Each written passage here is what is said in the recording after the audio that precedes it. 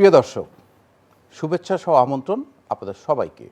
শুরু করছি স্বাস্থ্য বিষয়ক নিয়মিত আয়োজন আপনার সুস্বাস্থ্য। ক্যান্সার রোগ থেকে যারা ভালো হয়েছেন তাদের জন্য একটা অ্যাওয়ারনেসমূলক মাস হলো জুন মাস। আমরা এই বিষয়ে বিস্তারিত আলোচনা করব। আমাদের সাথে স্টুডিওতে আছেন প্রফেসর ডক্টর সৈয়দ আকরাম হোসেন। তিনি বিভাগীয় প্রধান এবং চেয়ারম্যানের দায়িত্ব পালন করছেন ক্লিনিক্যাল অনকোলজি বিভাগ, বাংলাদেশ মেডিকেল ইউনিভার্সিটি। অধ্যাপক ডাক্তার সৈয়দ আকরাম হোসেন একজন ক্যান্সার রোগ বিশেষজ্ঞ। 1963 সালের 2 অক্টোবর চট্টগ্রামে জন্মগ্রহণ করেন। নাসিরাবাদ সরকারি বালক বিদ্যালয় থেকে মাধ্যমিক শিক্ষা গ্রহণ শেষে চট্টগ্রাম কলেজ থেকে এইচএসসি পাশ করেন তিনি। পরবর্তীতে শেরেবাংলা মেডিকেল কলেজ থেকে এমবিবিএস পাশ করে উচ্চশিক্ষায় তিনি এফসিপিএস, এফআরসিপি এবং এনপিএইচ ডিগ্রি অর্জন করেন।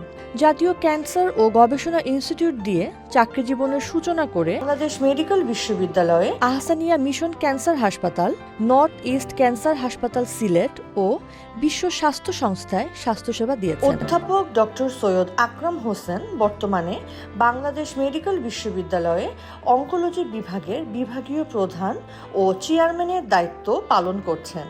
ক্যান্সার রোগীদের চিকিৎসা সেবা আরও সহজলভ্য করে দেওয়ার স্বপ্ন দেখেন এই মহৎপ্রাণ চিকিৎসক। আজীবন স্বাস্থ্যসেবার সাথে সম্পৃক্ত থাকতে চান তিনি। আমরা প্রথমেই জানতে চাই যে ক্যান্সার সার্ভাইভার মান্থ আসলে আপনারা কি করছেন? আমরা সবাই জানি যে ক্যান্সার মানেই মৃত্যু একসময় মনে করা হতো, এবং আমরা যখন মেডিকেল কলেজে পড়ি তখন এরকম ছিল, এবং বেশিরভাগ মানুষ ওষুধপত্র ছিল না, অসুস্থ হলে মরে যেত। এবং সবাই মনে করতো যে ডাক্তাররা বেশিরভাগ ক্ষেত্রে বলতেন যে কাছে কিছু ভালো খাওয়া দাওয়া করেন, বাড়িতে থাকেন, হ্যাঁ, এরকম একটা বলতো। কিন্তু আজকের দিনটা সেরকম না। আজকে আমাদের 90% স্তন ক্যান্সারের রোগী সম্পূর্ণ সুস্থ হয়ে যায়। আমাদের স্টেজ 1, 2 এই সমস্ত রোগী বা ইভেন 3A পর্যন্ত রোগীর লাং ক্যান্সারের রোগীগুলোও কিন্তু বেশ ভালো থাকে। স্টেজ 4 এর রোগীগুলোও ভালো থাকে। তো আজকের দিনটাতে আমরা অনেক মানুষ পাই যারা কিন্তু ক্যান্সার সার্ভাইভ করছে, এবং আমরা প্রতি বছর ওদেরকে নিয়ে প্রোগ্রাম করি, জেনারেলি প্রোগ্রাম করি, এবং সবাইকে নিয়ে কথাবার্তা বলি, কেমন আছে সবাই, লাইফস্টাইল কি, এবং ওদের গল্পগুলো মানে ওনাদের রোগ থেকে ভালো হওয়ার গল্পগুলো অন্য রোগীদেরকে শোনাই, যাতে করে ওনারা অন্য রোগীগুলো ইন্সপায়ার করে বা এবং খুশি হয় যে ঠিক আছে, ক্যান্সারের এই যুদ্ধ, ক্যান্সারের চিকিৎসা কিন্তু অনেক কঠিন এবং অনেক ধরনের সাইড ইফেক্ট থাকে। এই সময়টা একটা জার্নিটা যাতে করে তারা সাহসের সাথে মোকাবিলা করতে পারে, সেটা কিন্তু আমরা এই রোগীগুলো যখনই তাদের গল্পগুলো বলে তখন কিন্তু মানুষ সেটাকে সহজে গ্রহণ করে। প্রতি বছর আমরা এই ধরনের আয়োজন করে থাকি। আমাদের দেশে আসলে বাংলাদেশে ক্যান্সার মানে হার তো দিনে দিনে বেড়েই চলেছে। আসলে কোন ধরনের রোগীগুলো আপনারা বেশি পেয়ে থাকেন? প্রায় 20-22 লক্ষ রোগী আমাদের দেশে আছে ক্যান্সারের, এবং তার মধ্যে প্রতি বছরই 2 থেকে 2.5 লক্ষ নতুন নতুন রোগী হচ্ছে, এবং পাশাপাশি প্রায় 1.5 লক্ষ থেকে 2 লক্ষ রোগী মারাও যাচ্ছে। সব রোগী একই রকম সেবা পাচ্ছে না। এর কারণটা হলো দুটো। কারণটা হলো যে রোগীগুলো দেরি করে ডায়াগনোসিস হয় এবং স্টেজ 3-4-এ আসে, তখন অনেক কিছু বেশি করার থাকে না। চিকিৎসার অনেক যন্ত্রপাতিরও কিছু অভাব আছে, এটা ক্যান্সার চিকিৎসা খুবই ব্যয়বহুল চিকিৎসা, সেসব কারণে। আমাদের দেশে ছেলেদের মধ্যে কতগুলো ক্যান্সার বেশি হয়, মেয়েদের মধ্যে কতগুলো বেশি হয়। ছেলেদের মধ্যে ফুসফুসের ক্যান্সার বেশি, হেড নেক ক্যান্সার বেশি হয়, এগুলো মোটামুটি ছেলেদের মধ্যে বেশি। কোলন ক্যান্সারও বাড়ছে, প্রস্টেট ক্যান্সারও বাড়ছে। কিন্তু মেয়েদের মধ্যে বেশি হয় স্তন ক্যান্সার, মেয়েদের মধ্যে বেশি হয় সার্ভাইকাল ক্যান্সার, মেয়েদের মধ্যেও কিন্তু হেড নেক ক্যান্সার আছে। আবার নতুন কিছু কিছু ওভারিয়ান ক্যান্সার, কোলোরেক্টাল ক্যান্সারও ওদের মধ্যে বাড়ছে।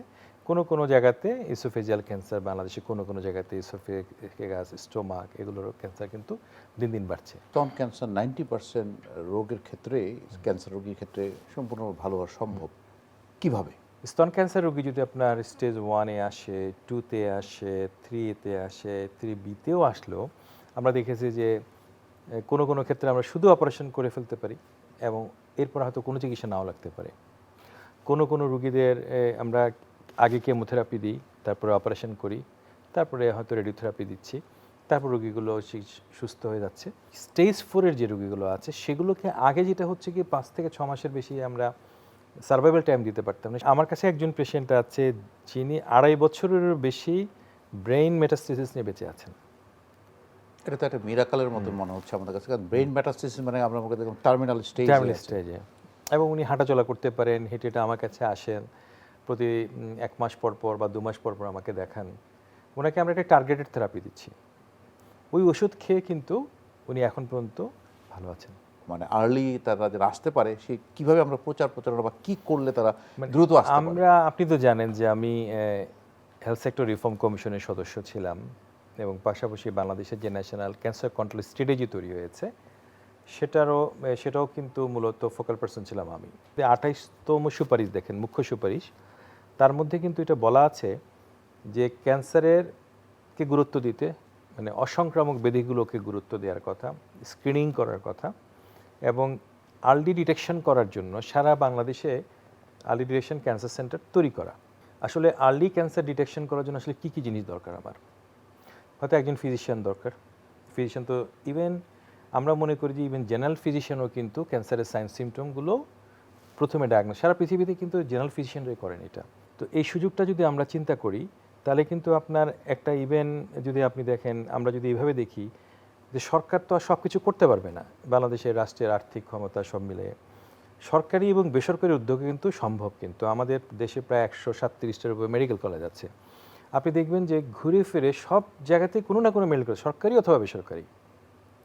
তো সরকারি এবং বেসরকারি মেডিকেল কলেজগুলোকে সরকার যদি এই কাজটাতে অর্গানাইজ করে দেয়, আপনার কী লাগে, হয়তো অ্যান্ডোস্কোপি লাগছে, হয়তো ব্রঙ্কোস্কোপি লাগছে, অথবা এফওএল লাগছে, এই তো জিনিসপত্রগুলো, সিটি স্ক্যান, যা যা লাগে আর কি, বা বায়োপসি করা, কোর বায়োপসি করা, এফএনইসি করা, এগুলো কিন্তু মেডিকেল কলেজগুলোতে খুবই সম্ভব। কিন্তু বাংলাদেশের সকল ডিস্ট্রিক্ট কিন্তু কোনো না কোনোভাবে কাছাকাছি কোনো না কোনো মেডিকেল কলেজে, বা সরকারি হোক বা বেসরকারি হোক। তো এই সুযোগে কিন্তু আমরা ওখানে কিন্তু শুধু অর্গানাইজ করে দেওয়ার ব্যাপার, সরকারের যে অনেক টাকা পয়সা দিতে হবে সেটাও না, শুধু কনসেপ্টটাকে গ্রহণ করানো যে আর্লি ডিটেকশন ক্যান্সার সেন্টার করা, যাতে করে রুগীরা আসলে ওখানে স্ক্রিনিংগুলো করতে পারে। যে ম্যামোগ্রাম আমরা করবো, সব জায়গাতে ম্যামোগ্রামের ব্যবস্থা কিন্তু সত্যি সত্যি সরকারি বেসরকারি সব জায়গাতে কিন্তু অ্যারেঞ্জমেন্ট করা সম্ভব। এবং সব কাজ সরকারকে করতে হবে এমন না, সরকার প্রণোদনা দিবে, সরকার ধরেন রেডিওথেরাপি মেশিনের উপর ট্যাক্স কমিয়ে দিবে, অথবা যন্ত্রপাতির উপর ট্যাক্স কমিয়ে দিবে। যেমন সরকার এবার অনেকগুলো কাজ করেছে ক্যান্সারের এই বাজেটে, ক্যান্সারের রোগীদের যে সমস্ত ওষুধে তার উপরে কিন্তু অনেক ট্যাক্স ভ্যাট কমিয়ে দিয়েছে, এপিআইয়ের উপরে ওষুধের যে কাঁচামাল সেটার উপরে ভ্যাট ট্যাক্স কমিয়ে দিয়েছে।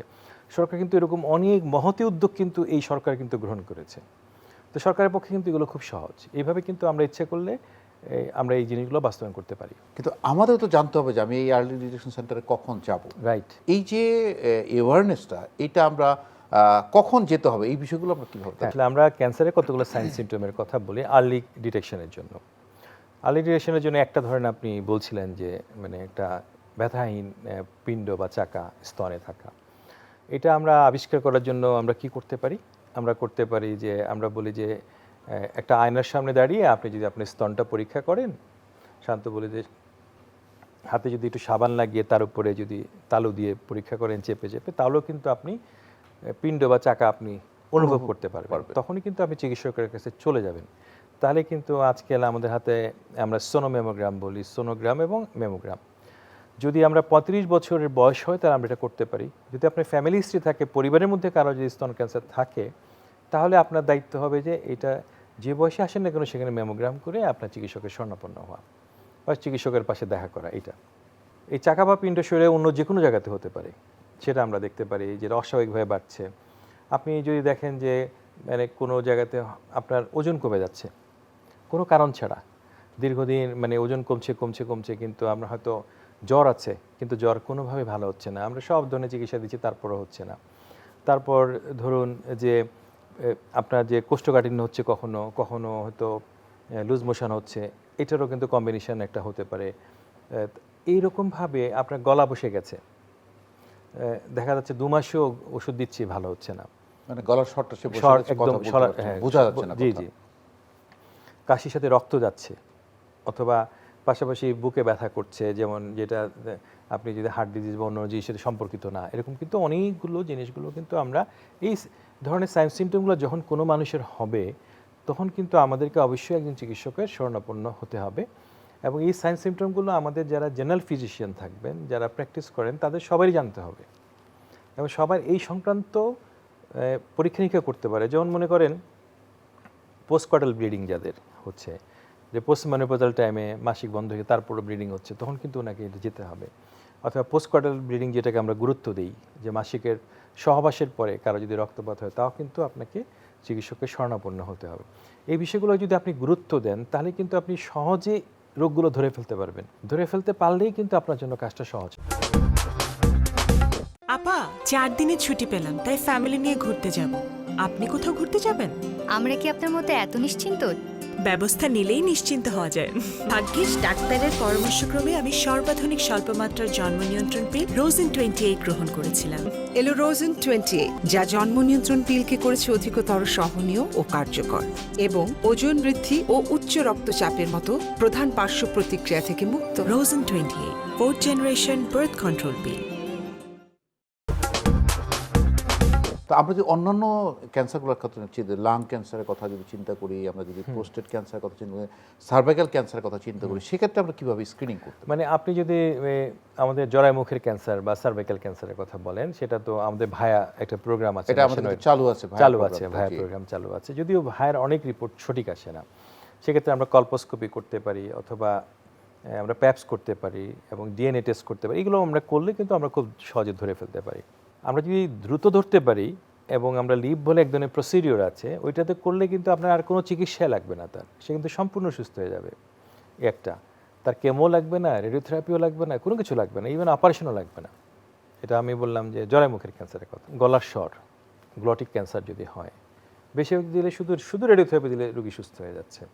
কিন্তু যদি আপনি অপেক্ষা করেন, না আচ্ছা কী হচ্ছে দেখছি, তখন এটা যদি উপরে বা নিচে চলে যায়, তখন কিন্তু আপনাকে রেডিওথেরাপির সাথে কেমো দিতে হবে। আপনি সম্পূর্ণ সুস্থ হবেন কিনা সেটাও চ্যালেঞ্জের মুখে পড়ে যাচ্ছে।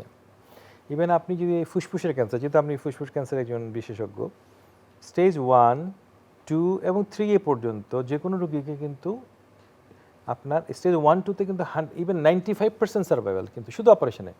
আপনি জানেন যে এখন বাংলাদেশেও থোরাসিক সার্জারি অনেক ইমপ্রুভ করেছে, ভ্যাটসের মাধ্যমে করে, কম্পিউটারাইজ মাধ্যমে করে, এবং even it could be possible with robotic সিস্টেমে করা যায়। হেড অ্যান্ড নেক ক্যান্সারের কথা চিন্তা করেন, যে আমরা বললাম যে দুটো কথা বললাম, এগুলো আর্লি যদি আপনি ডায়াগনোস করতে পারেন, তাহলে রুগীকে ইভেন আমার কাছে রুগী আছে জিহ্বার ক্যান্সার যদি বলেন, টাং ক্যান্সারে শুধুমাত্র ছোট্ট একটা জায়গাতে আপনি অপারেশন করলেন, চলে গেল। ইভেন এমনও আছে যে রুগীকে আমরা রেডিওথেরাপি দিলাম, ওই রুগী কিন্তু কেমোথেরাপি বা রেডিওথেরাপি কিছু একটা দিলাম, তারপরে একটু হয়তো ফেলে দিল, ওইটা কিন্তু রুগী সম্পূর্ণ সুস্থ হয়ে যাচ্ছে। কিন্তু এই রুগী যদি দেরি করে, ওই রুগীকে কিন্তু আপনি কোনো ইভেন সার্ভাইভাল বেনিফিট দেওয়া খুব ডিফিকাল্ট।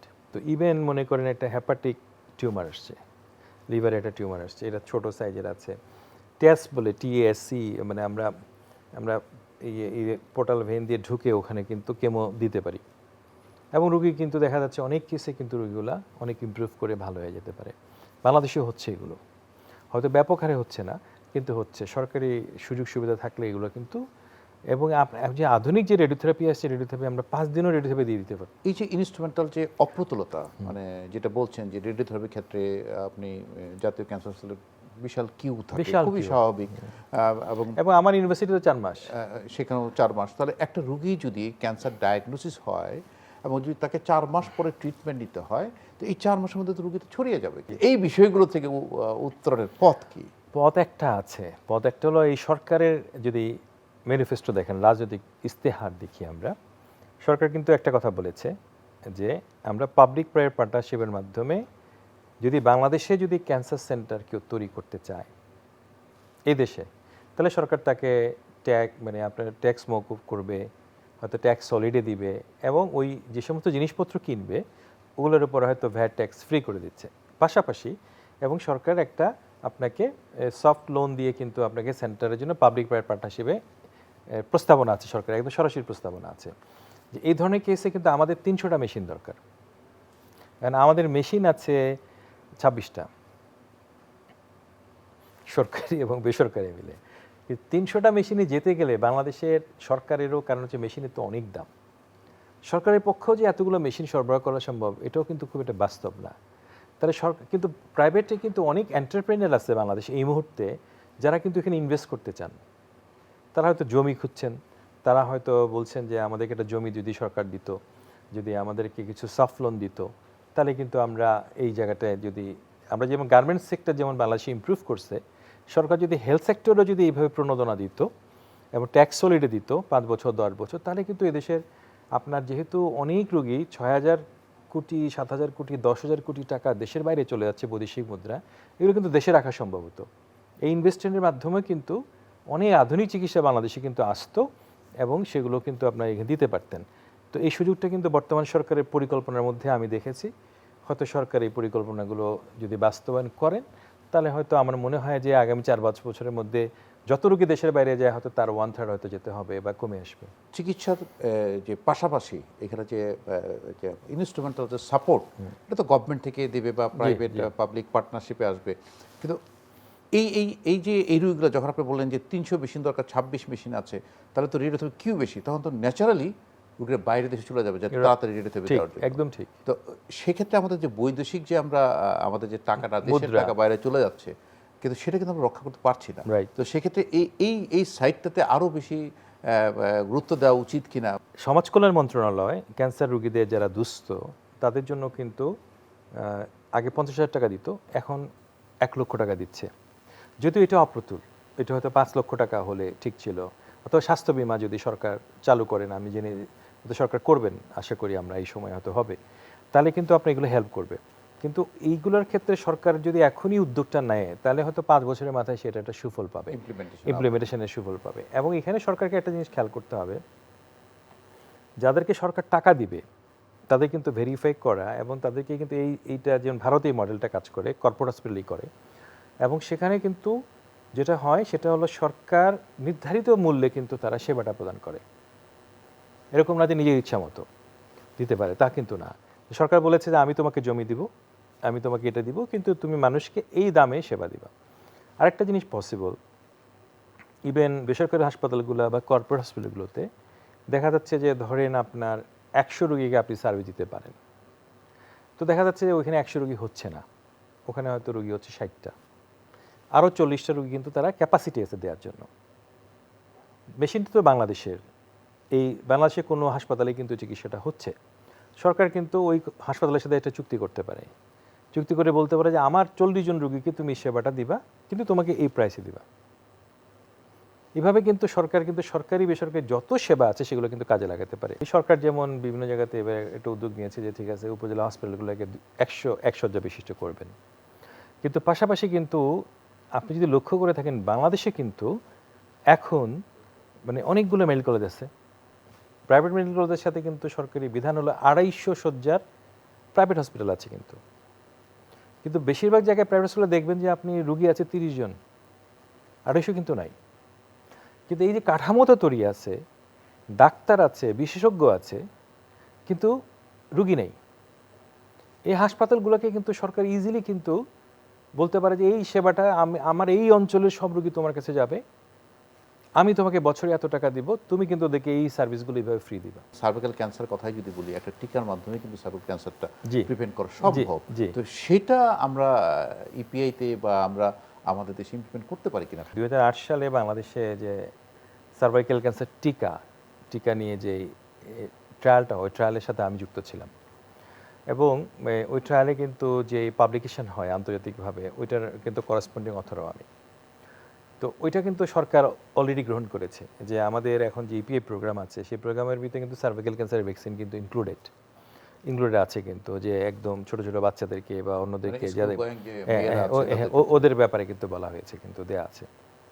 আপনি খুব ভালো একটা জিনিস মনে করলেন যে সার্ভাইকাল ক্যান্সারে কিন্তু এটা কিন্তু টিকা শুধু সার্ভাইকাল ক্যান্সারের জন্য না, টিকা কিন্তু অন্যান্য ক্যান্সারের জন্য পৃথিবীর বিভিন্ন দেশে ট্রায়াল হচ্ছে। ওগুলো আসলে বাংলাদেশে কিন্তু ওগুলোকে ইনকর্পোরেট করতে পারে। স্কুলের কিন্তু বাচ্চাদেরকে আমরা এগুলো শেখাতে পারি, মানে আমরা স্কুল থেকেই এই শিক্ষাটা দিতে পারি যে আমি এই ক্যান্সারের সাইন সিমটম কি হবে, আমাদের ক্যান্সার প্রতিরোধ করার। আপনি হয়তো জানবেন যে 30% ক্যান্সারের কারণ হলো তামাক